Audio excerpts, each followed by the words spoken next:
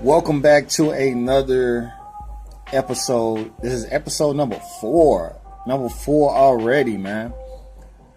Welcome to the Chris Rocky Podcast, man. We got a great show coming up, man. I actually have special guests on this one to talk a little baseball. Joe Kiehlmier and Blake Klomfas will be joining me to talk baseball. Yeah, a lot of things happened this week, we're going to jump right into it, starting with a few NBA notes. Let's get into this report about Carmelo Anthony not interested in a trade to Cleveland.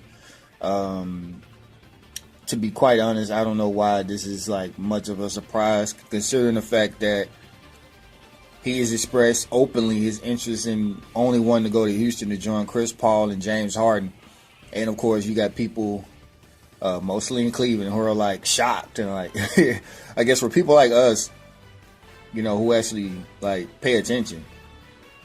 And of course, I've been on record to, kind of believe the hype as well. But all of that is just for good conversation. I'm a Mavericks fan. I don't care what goes on in Cleveland. I don't care what goes on in Houston. I kind of care what goes on in Houston because they're in our division. But I don't care what goes on in New York, especially New York. But Melo's not interested in trade to Cleveland. Of course, he has a no trade clause, so he does have a say in where he wants to go.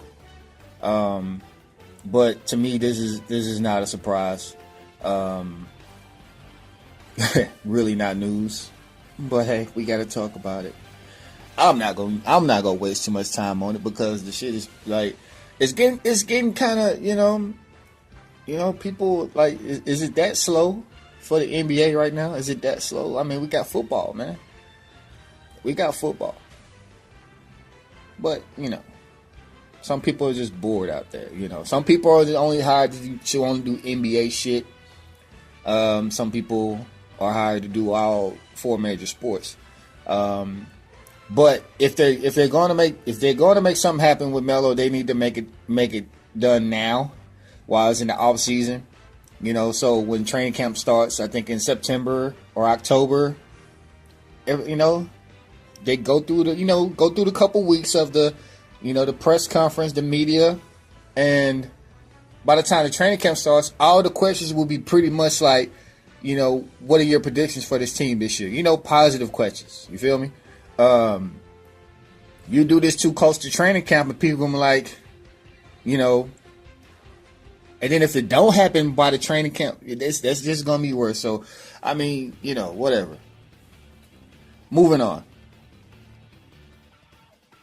Another report that says Kyrie Irving will not commit to a long-term deal if traded to anybody.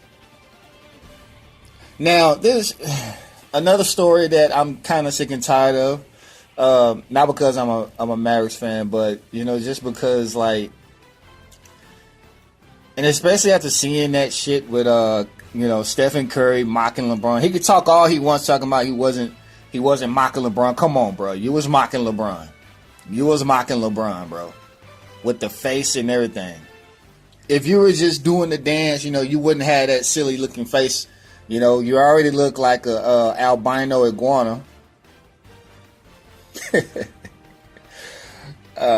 I'll take that back. And what are the 1% chance he might be listening to this shit? Well, 1% of 1%. But anyway, bro, first of all, you don't have a no trade clause, so Cleveland can actually have you sit there in the corner until training camp starts, and then here you go talking about you're not going to commit to an extension. So why would people waste their time trading for you? Why? I don't think Brooklyn would trade for you right now. I don't think Brooklyn would trade for you. Kyrie, right now you sound like an entitled brat right now. You sound like that one dude who got, who got some pussy who got one pussy that everybody had and want to act like you the tough guy. Like, bro, we done had that before. Relax. Or had that one fight versus somebody with no hands and won. And now you feel like you're a tough guy.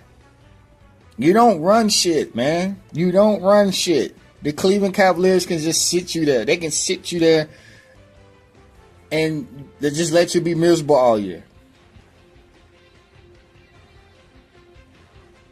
To hear these at first it was like, I get it, you know. You want to go somewhere and create your own mark. You know, it kind of sucks that you don't want to play with the best, arguably the best player in the world. But I get it, bro. You want to make your own mark. You don't want to be a Pippen. You don't want to be a Robin. And now that I hear that you don't want to commit to an extension, like you know, it's not a guarantee that you'll commit to an extension. Like, bro, come on now. Come on now.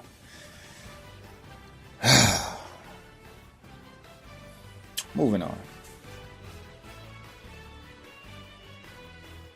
In other news, Doc Rivers is now only a head coach. Okay, no shit. he deserves to only after the shit that went down with Chris Paul. I think that's a good move. Moving on. So the WNBA will be included into the NBA Live 18 game. I think this is super dope. I'm not even gonna lie, man. Like, I'm a huge fan of the WNBA. I'm a huge fan of what they do. You can tell the quality of play. Not to say that, you know, women can't play, but you know, the kind of players that they have today, they got some swagger, man. Like, they got some swagger. They got, you know, quality of basketball is like, it's very fundamental, but at the same time, you get that killer crossover every now and then, and they throwing alley oops and stuff, man. I love the WNBA, and like, shouts out to, you know, everybody that made that happen, man, because I feel like the WNBA doesn't get enough recognition like that. And like, nowadays, it's just, like, a lot of these girls, man, a lot of these little girls, man, they want to be like Maya Moore. They want to be like Simone Augustus, Sue Bird, Candace Parker, Brittany Griner, Tina Charles, Tamika Catchings. You know, like, I've been watching ever since Cynthia Cooper and Elena Beard. By the way, that's my bae. Elena Beard, that is my bae. But I think this is a super dope move, man, and I'm definitely going to get it. I've pretty much always been an NBA Live fan. Like, I've kind of, when they kind of shut down and then they came back, I actually bought the game. It still needed some work, but I felt like they were trying. And I think this with this move right here, I think, you know, if they're trying to compete, this is a good way to do it. You kill two birds with one stone. Number one, if you feel like your shit has improved that much, go over the top. And then I think this is a really, really good move, because for a while I was always wondering, like, damn, man, you know, because with all the quality of players that's in the WNBA right now, I was like, why in the world aren't they making a WNBA Live or WNBA 2K, whatever? And I think this is a dope move, man. Like, for real, I'm excited. I'm going to get it. I'm going to get it. Like, I was getting the game regardless, but this makes me really want to get the game. And I wonder if they're going to let you cross matchups, like WNBA versus NBA. I wonder if they're going to let you do that. I don't think they will. I don't think they will, but it's going to be a lot of people losing money. Because, you know, they're going to be betting. You know, you always get that guy like, I could beat you with a WNBA team, boy. But all in all, I love the move, man. I can't wait to see. I can't wait to see my Dallas Wings. See the Dallas Wings on the game, and just, you know, I'll play a franchise with a WNBA team. I'm not even gonna lie. I'm actually gonna try that. I'm gonna buy it. But really, really great move. Moving on. And finally, the $1 million question of the week, that I honestly don't really give a shit for, because it's nothing but a bunch of bored motherfuckers who just trying to get a little notice or whatever. Who's better, Kobe or LeBron? Like, to me, it's not even close. Dirk Nowitzki. Moving on. Coming up next, I will have special guests Blake Klomfas and Joe Kiehlmier talking baseball. Yes, we're talking baseball. You are listening to the Chris Rocket Podcast.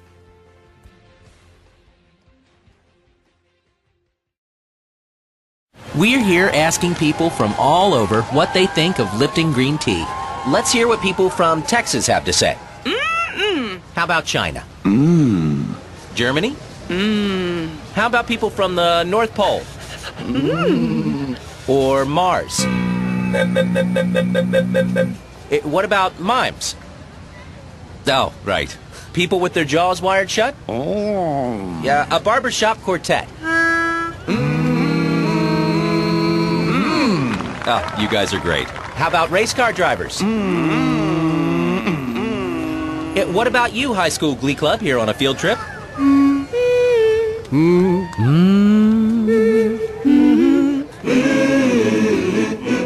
Well, that settles it. It sounds like everyone loves the taste of Lipton green tea. With its protective antioxidants from real tea, it's not just good for you, it's to you. Lipton tea can do that. Subway Restaurant's Storytime Theater proudly presents Jack and the Beanstalk. Fee, fi, fo, fum. I smell something delicious. Hey, little fella, what you got there? Oh, this? It's the big hot pastrami sub from Subway Restaurants. That does look tasty. It sure is. Climbing that beanstalk out there makes you hungry. You mind if I have a bite? Sure. I'll trade you for that goose over there with the golden eggs. You got a deal. Hungry for something big? Then pick up a big hot pastrami sub from Subway Restaurants. Layer upon layer of delicious hot pastrami stacked high and toasted to flavorful perfection on freshly baked bread. Topped with pickles, mustard, and melted Swiss cheese, it's the perfect way to satisfy any giant-sized appetite. Big hot pastrami available at participating restaurants for a limited time only. See restaurants for details. Subway. Eat fresh.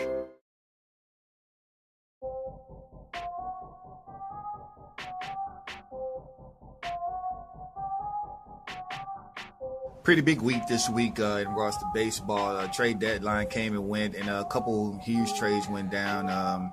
You got Yu Darvish going to the Dodgers, and you have Sonny Gray being traded to the Yankees. And joining me right now is Pittsburgh insider Joe Kiehlmier, and is going to give me a little analysis on the trades that went down. First of all, thanks for joining me, Joe. Thanks for having me, Chris. It's been a while. Indeed it has, my friend. So what do you think about this trade between the Dodgers and the Rangers? I think it's a great trade for the Dodgers. I mean, starting pitching in the league is few and far between to get good ones, and Yu Darvish is an excellent starting pitcher. He'll pair well with the bullpen that Los Angeles put together. Their starting pitching is already pretty good, so I think it's a good trade for them. In your opinion, who came out better at this deal? I think the Rangers came out with 3 prospects, a number 4 prospect, a number 17 prospect, and a number 24 for 25th prospect in the Dodgers farm system. So, in your opinion, who came out better in this deal? I think for this year and next year, the Dodgers made out better. But with prospects in baseball, you never know how they're going to turn out. So Texas is building for the future. I think they made the right move. Would the Dodgers make this trade if Clayton Kershaw isn't on the DL? I do think they would have still made the deal. Like I said earlier, starting pitching is a premium in the big leagues, and you can never have too much of it. In your opinion, what impact does Yu Darvish make on this Dodgers staff, and does this put the Dodgers as a clear-cut World Series contender? I think it's a World Series impact. I don't know how big of one, because I personally think the Dodgers were one of the favorites to win anyways. So I think this just pushes them further and further ahead of the Nationals in the NL. All right, now moving to the other trade of Sonny Gray to the Yankees. What is your opinion on this trade? I mean, I like the trade for the Yankees. As we just talked about with Yu Darvish and the A's, you can never have enough starting pitching, and I think the Yankees needed a little bit more because, I mean, Pineda's on the DL, Tanaka's not what they thought, so they definitely needed that guy to come in and settle down the rotation, and I think Sonny Gray can do that. Of course, with this move, it almost brings me back to when the Yankees are very aggressive right around this time just to get over the top. And, of course, we already got Aaron Judge over there tearing it up. So, with this move, do you feel like the Yankees are feared, or do you feel like they're a year or two away? I definitely don't think they're feared. I mean, I can't speak about the early days because I wasn't around to watch baseball, but even when I was growing up, seeing Derek Jeter and that team, definitely more feared, I believe, than the team now. But you never know. The manager has a lot to do with how much you're feared, and I think they took a step down when Joe Torre left.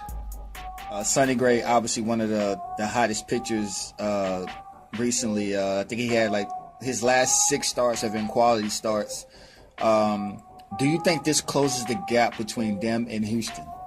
I don't know if it bridges the gap any. I think that there's 2 different style teams in baseball. There's one built for a season and one built for a short run. And I think that the Astros were built more for a short run than a season. So I think in a small series like the playoff style, I think the Astros are one of the best. But in order to get there and be healthy, I think the Yankees are suited better for that. The AL's honestly up in the air. It could go to pretty much anywhere. Well, I feel like the NL is a little bit easier to predict than the AL. You never know what could happen. All right, great stuff, Joe, as always. By the way, congrats to you and Steph on baby Maddox. I know that's he's going to be a Pittsburgh fan through and through, man. Thanks for jumping on, man. All right, well, thank you for having me, and I'm looking forward to being back on your show. Thanks, bro. Take care. Have a good one.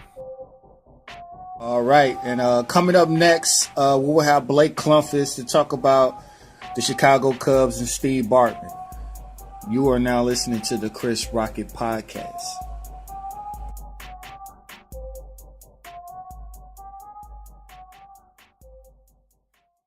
When you choose a great tasting Miller Lite, you're choosing on taste, and that's the right choice, not the wrong choice, because right is way better than wrong. You don't try to do the wrong thing. Wrong on, brother? Back off, and I don't even know you. If someone asks you if everything's all wrong, ask them to pull your finger. Ever read the Bill of Wrongs? It was written by James Battison and John Sadams. Drawing a wrong triangle? Place this protractor at 90 degrees and sit on it. What's wrong around the corner? An 8-foot ex-con named Tiny, and he wants your wallet. That's wrong up your alley. Just like the drifter feeding moldy muffin stumps to his 13 hairless cats. Got a wrong hand man? I've got a cousin named Randall with clammy hands. The customer's always wrong? Well, that explains the waiter's creepy grin as I ate my toast. 2 wrongs do make a wrong. Am I wrong? Wrong. So don't make the wrong choice. Make the right choice. And choose on taste. Triple hops brewed Miller Lite. Taste greatness. Miller Brewing Company, Milwaukee, Wisconsin. Great beer, great responsibility.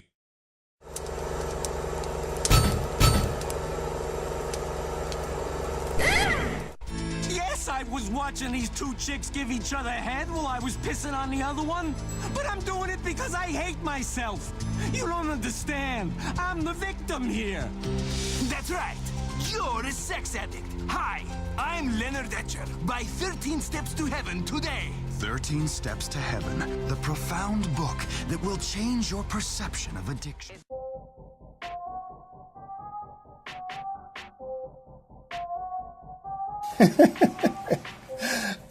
I was able to find that GTA commercial you just heard right now, just to give a little comedy to this show. You're gonna hear a lot more of that though. The other big news this week was the Chicago Cubs gave the infamous Steve Bartman a World Series ring, and who other to talk about Cubs baseball than I think one of the biggest Cubs fan or one of the bigger baseball fans that I know, Blake Klomfas. Thanks for hopping on to talk a little Cubs baseball. Hey Chris, thanks for having me. Pleasure to be here. You're one of the biggest Cubs fans I know. So when did that start for you? Like take me back to when you, like, the beginning of everything that started you being a Cubs fan. Oh, it was probably around 1988. I was about 5, 6 years old. Grew up in a Cardinals household. My dad was from around the St. Louis area before he moved down here to Arkansas. We'd always go up and watch Cardinal games and Busch, and baseball was life. But I hated watching it on TV until I found WGN and Harry Carey. I owe my Cubs allegiance to Harry Carey. The way he called a game, the passion, the love he had for the game and the Cubs and the city of Chicago. He would say names backwards and tell these crazy stories and call pop flies to the outfield home runs. And, it was just so much fun that a 5-year-old, 6-year-old kid could sit there and watch a 2-3 hour game, Wow. So, and I think that's the way for most fans my age. If you grew up in the 80s and had WGN, then you were a Cubs fan, because of Harry. Wow, that's great stuff right there. And man, to be a fan for that long, man, that's crazy, man. And we had this guy on the Rangers. His name was Derek Holland, who would do Harry Carey impressions. So just a mention of Harry Carey, one of the greatest broadcasters out there, man. I think that's pretty cool. That's pretty cool right there. The Cubs is one of the most historic franchises in baseball, and so what are who are your favorite Cubs players of all time? Favorite Cub of all time? Man, I'll give you a top 5. I could name 40 that I love, but I'll go with the Ramos Ramirez, Ryan Sandberg, Mark Grace, who I saw his 2000th hit. I was there live for that game when he got his 2000th hit, and that was pretty awesome. Also, I loved Andre Dawson, and man, I would say Big Z, Carlos Zambrano. He was a monster. The fire and the passion that guy had was unbelievable. I hate to bring this up, but 2003, fly ball, foul territory in left field, headed toward Moises Malou. What was going through your head at that time on that particular play? I still remember that play. I remember sitting around. We had about 5, 6 guys over. We were watching it. I don't even have to watch the replay. I saw Lou break. I thought Lou was going to trap it on the wall or crash into the wall. I thought the ball was going to fly back in. And all of a sudden you can kind of tell Lou's measuring it. He's like, oh, my God, he's going to jump. He's going to get this. And he's there. The glove's there, and so is Bartman. And, the rest is history. And so what went through your head? What went through your head when Steve Bartman actually interfered with the catch? Like, I know it had to be crazy. Man, I was mad as hell at Bartman. I was. I still teach my son today when we go to games, and because my dad taught me, don't interfere with the ball. Pay attention to where you're at. If you're sitting close and a play looks like it can be made, get the hell away. Don't mess with the game. And let players make the play. Do you feel like at that time, do you think that catch really just had a big enough impact as people think it is on that series? That wasn't all Bartman's fault. I don't blame the loss on him as far as, that was Alex Gonzalez, a horrible defense at shortstop, and then the Cubs choking it with the lead in Game 7. Yeah, as you stated before, you're a huge Cubs fan, so and then they talk about the curse, when they finally won, what was that like for you? The Chicago Cubs are the defending World Series champs right now. I can't believe it. Just being able to tell you that and tell listeners that, how much pride that gives me and joy and happiness that gives me, it's amazing. I'm very competitive, and I want the Cubs to win every year, but I'm telling you right now, I'll never be upset again. I can't be. They delivered. They delivered on a high level. It was a great series. It was fun. They made huge trades at the deadline. They brought over some of the Boston Curse breaker guys. It was awesome. Just the whole story, the way it worked, I'll never forget that. So, the Cubs are defending champs, and they gave Steve Bartman a ring. Like, do you feel like that was a good thing given the fact of what happened back in 2003 and how it ended and all of that? I'm happy for Bartman. How bad would it be that if you were at your favorite team's sporting event, you are the scapegoat, you're this redheaded stepchild, you're just nothing. I mean, they hate you, they despise you. You get death threats, and you have to move your family and relocate. I mean, man, all you wanted to do was go to a game and couldn't believe the Cubs were going to go to the World Series, and then I can't see how he can even be a Cubs fan at all. Like, it would just make me sick to think about Wrigley or the Cubs. And I would hate to lose that as a fan. That would be horrible to lose. So I'm happy that he gets a ring. He should get a ring for all the crap he's taken. I agree. Did he mess with Alou? Absolutely. Alou would have caught it. Absolutely. You think he would have caught it? I'm telling you, Alou would have caught the ball, but that did not lose the series. Gotcha. Once again, man, thanks for hopping on, and hoorah to you, brother. Hoorah, man. I had a great time, and thanks for having me on. You want to talk some SEC football or basketball? Go Hogs. Semper Fidelis. Coming up next, we'll be talking about the Hall of Fame game and major injuries in the NFL. You are listening to the Chris Rocket Podcast.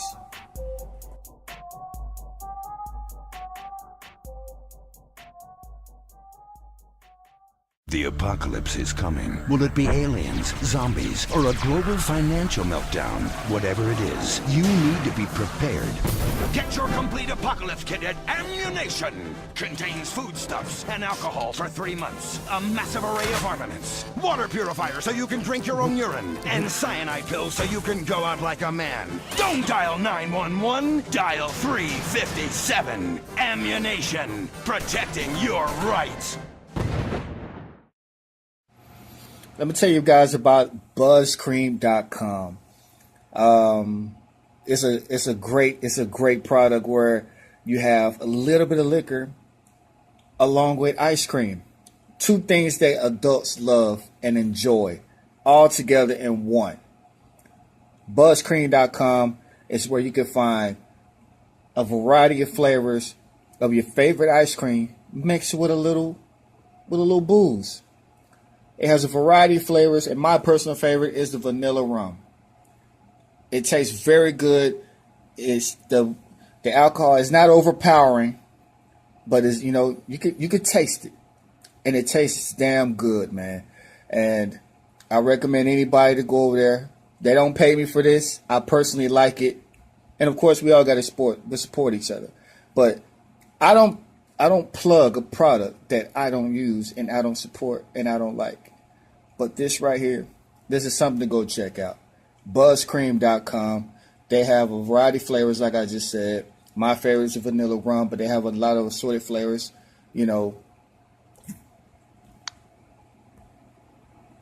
Kahlua mocha, cherry amaretto, very, very exotic flavors. Strawberry daiquiri, key lime margarita, salted caramel. I mean, it's not just anything just put together. They really put in the time and effort in creating these concoctions, and that's why I like it. And when it was brought to me, I had to check it out, and I'm glad I did. I'm glad I did. I'm not saying I'm addicted to it, but yeah, I'm addicted to it. So go to buzzcream.com, check it out for yourself. They also have booze sickles and, ice cream cones. Check it out for yourself.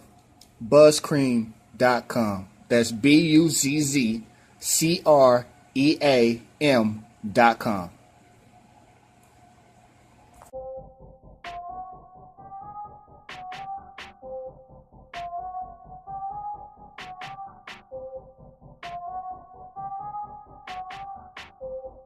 Welcome back.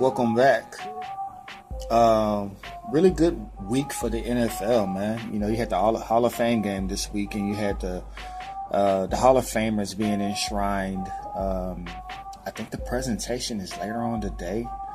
But a few of those guys, you know, like I guess the longer it goes, I start to see a lot of guys that I saw their whole careers.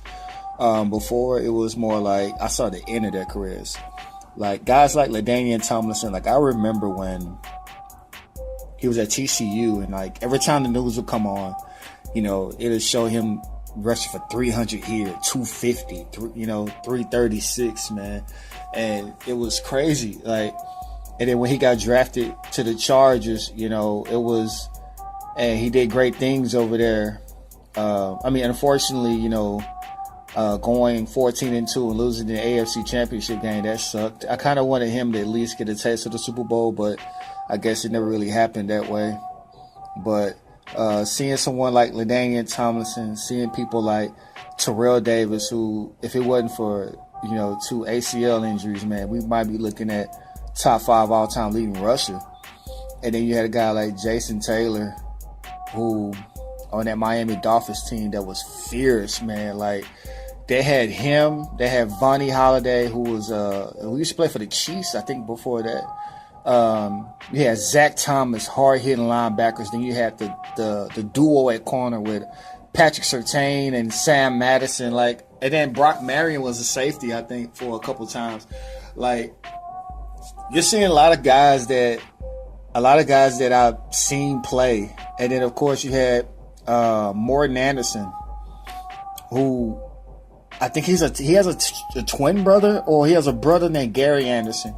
And the funny thing about both of them was Morton Anderson kicked the field goal to beat his brother to go to the Super Bowl. If I'm not mistaken, because I think Morton played for the Falcons and Gary played for the Vikings. And the Vikings that year was 15-1. And Morton Anderson ended up kicking the field goal to go to the Super Bowl.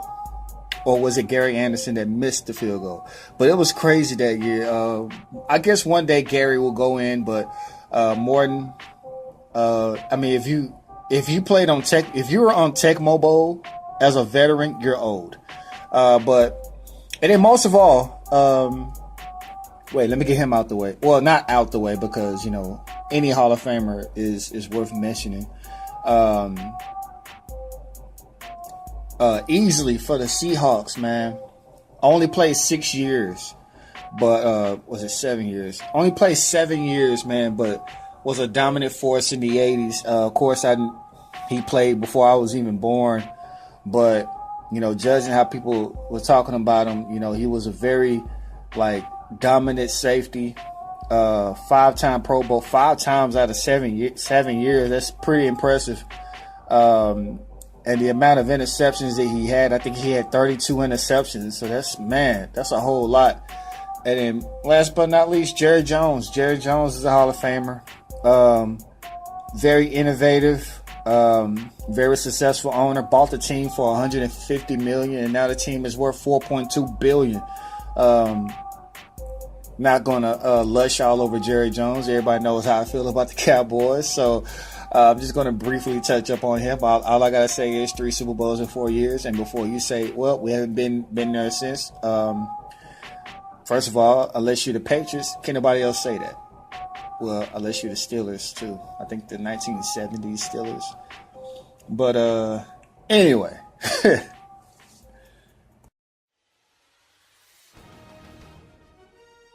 The Hall of Fame game came and went between the Cardinals and the Cowboys. Very ugly game to begin if you're a Cowboys fan. They were down 15-0. Ended up having a comeback win, 20-18. Of course, me, you know, I don't really care for preseason games, whether they won or lost. Cowboys won the division in 2014 and 2016, and the combined record of the preseason games was 1-7. So I can care less if they win or not. As I stated before, you really look at, you know, how the rookies look, how do certain players look. And of course, in this game, I extra really didn't care because the Cardinals didn't even play they didn't play their starter. So you really couldn't really get excited for what the rookies were going to do. But it puts a much bigger emphasis on stuff because you're going against second and third teamers. So you really have to show me something. And if you don't, then it's like, okay, well, what are you going to do versus like much better starters? But from what I've seen, Taco Charlton was really good off the ball. Didn't register a sack, but he was really active. His secondary move was really, really slow. He can get up the field. The lineman really did a good job riding him up the field and allowing the quarterback to climb up the pocket. But Taco Charlton really needs to kind of learn how to come back to the ball, spin around the ball. The spin move was really slow. He's either going to have to bull rush his way and then kind of shed to the inside, or he really needs to get that spin move down pat because it looks kind of dry and it looks really slow. But all in all, I like his activity. This is the first preseason game, so hopefully he tightens that up.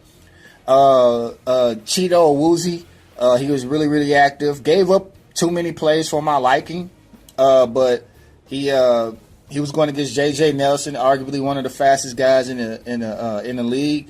Done a kind of good job covering. I didn't see him get beat too bad, but I really like his activity around the ball, really getting in there, tackling.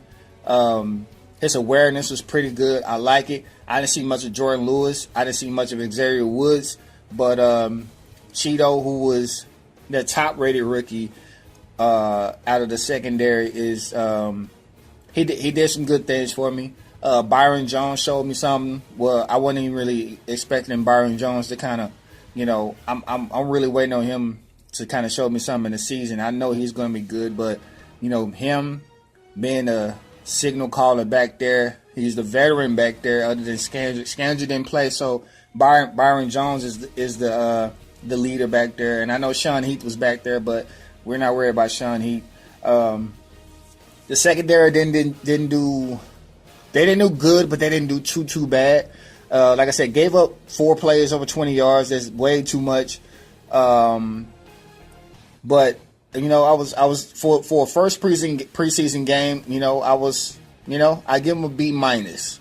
Give him a lot of room to improve. A lot of things to tighten up. Of course, like I said, this is the first preseason game.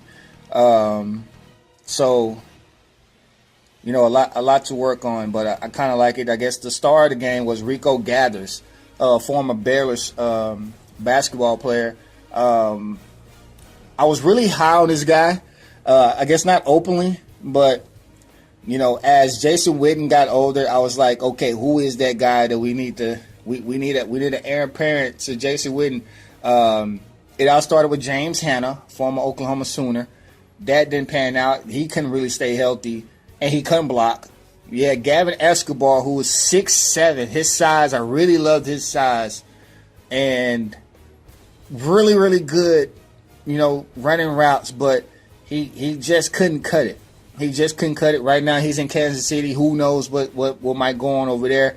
And Rico Gathers, he's a big body. See, Gavin Escobar, he's 6'7", probably about 240, 250. Rico is 6'6", 280. And he can block good enough.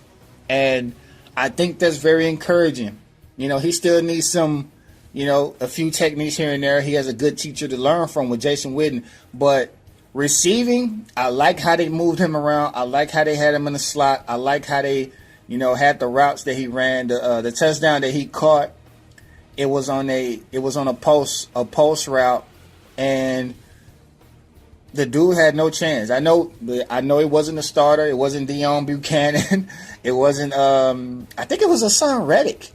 If I'm not mistaken, he caught that ball on Hassan Reddick. So I guess that's good news. But Rico Gathers, if they use him on the same field in the 11 personnel formation, or they have him in a slot, I feel really good about his chances. My expectations for this guy, 25 catches, 300 yards, 4 touchdowns. Slowly work him in there. but they see him as a project. But I feel real good about Rico Gathers. I feel really, really good about Rico Gathers. And if this means Jason Witten is coming through the season healthy, then, keep playing him. But other than that, Blake Jarwin, who was from Oklahoma State, I actually forgot we actually had him. So I like Blake Jarwin. I didn't really get to see a lot of him, but he's a really, really, really good blocking tight end. We also have another tight end who's coming off of injury. His name is Jeff Swain, who I feel like is the best blocker other than Jason Witten, and he was the reason why we had a lot of those runs last year. And when he got hurt, our running game kind of slowed down a bit as far as going on the edge, because a lot of the times the tight end usually creates that seal block on the edge, just like Jason Witten. When they bring him in motion, you got to create that seal on the outside. If you don't create that seal on the outside, those linebackers, those very athletic linebackers, especially in the MCEs, they're going to come around that corner and boom, your running back's going to have to work that much harder. But I kind of like our tight end group. We have a pretty good young group of tight ends, of course, other than Jason Witten. But Kellen Moore also showed me a little bit. He has a noodle arm. He kind of reminds me of Chad Pennington a little bit. He just makes the right play. And, of course, it is coincidental that he wears Jason Garrett's old number, because Jason Garrett was that kind of quarterback. Does the right things, doesn't always plays within himself, and he always makes the right throw. Some of the receivers that played, I didn't like them. Bryce Butler, yes, he caught a 46-yard pass, but to me, Bryce Butler is he's only good for fly routes. Bryce, to me, needs to show me what he can do underneath. 2 catches for 78 yards. Yes, it looks good, but I need to see him run a lot more routes. Number 81, I think he needs to get the hell out of there, because there was a play where Kellen Moore threw him a nice, perfect jump ball, and he just looked like a freaking action figure when he jumped in the air. He was stiff. He really didn't play the ball like he's supposed to. The ball was right there, and he just missed it. And I don't think he needs to be on the team. I'm just going to say that right now. Number 81, you're out of there. You're out of there, bro. I mean, Ryan Switzer didn't play today. I'm glad, because I don't need to see Ryan Switzer. I hope I don't see Ryan Switzer. Of course, we will see Ryan Switzer, but I don't want to see Ryan Switzer this preseason. Save him for the season, because Ryan Switzer, to me, is that damn valuable. Like, out of all the rookies, Ryan Switzer, to me, is that guy. I don't give a shit. He is that guy. And I want him healthy. I want him motherfucking healthy. Been a real unfortunate week for a lot of teams in regards to injuries. I think I remember stating in a training camp preview that, besides seeing all the young guys progress, the best thing in the world is coming out of training camp healthy. And this week, we've seen more than a few unfortunate injuries. Let's run down the list. In Indianapolis, Andrew Luck missed the beginning of the season due to the shoulder injury. Now, he's been dealing with this damn shoulder injury for like a couple years now, and it's just nagging. Some people say that he might miss the first 6 games. Some people say the first 3. All in all, he really just needs to get that shit tightened up, because you don't want to be that guy that's always injured, and you just can't be dependent on. A very good quarterback, just unfortunate injuries. Crockett Gilmore out for the season due to MCL surgery. Very unfortunate. I don't think he was slated to be a starter out there. To be honest, I think Max Williams, if he were as a starter, then they should be fine. Max Williams is out there. First round pick Mike Williams will be out due to that back injury. Now, San Diego's been snake bitten, man, like crazy, because their second round pick, Forrest Lamp, is out for the season as well. So their first 2 draft picks are out, and that's just very unfortunate. That team has a lot of talent, but they just cannot get away from the injury bug. Of course, everybody remembers Keenan Allen getting hurt, Danny Woodhead getting hurt, and now their top 2 picks are hurt. James Conner has an sprained his AC joint, but the reports say he'll be okay. Corey Davis left practice and getting the MRI on their hamstring. Haven't seen any reports on that, but I guess no news is good news. So I guess he should be good for the beginning of the season. And the big one is Ryan Tannehill. He was rolling out to the right, scrambling to the right, ended up going out of bounds, and then I don't know if people seen the video. It was non-contact, and it kind of it's like he kind of stepped awkwardly. The MRI revealed no tears. He can either rehab for 6 to 8 weeks or have season-ending surgery. Looking at the video, and as a guy who had the injury, same knee and everything.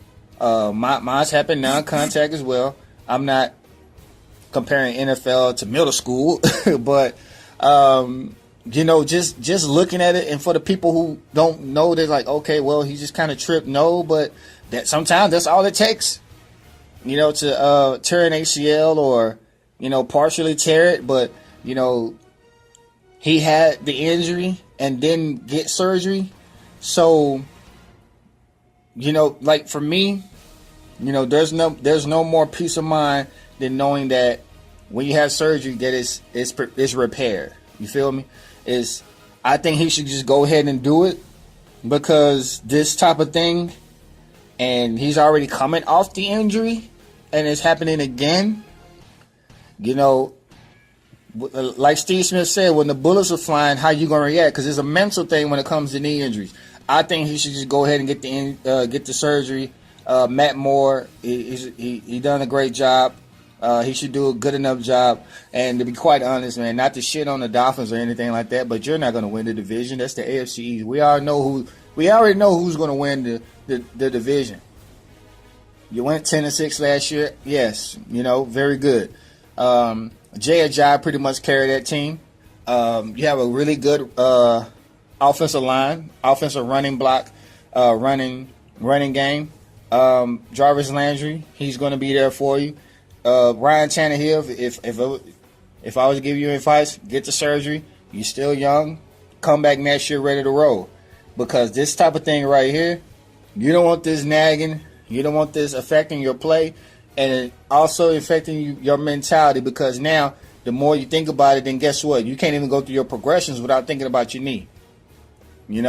A simple 10-yard out pattern, and then you see somebody like breathing down your neck. It's going to create some inaccurate throws.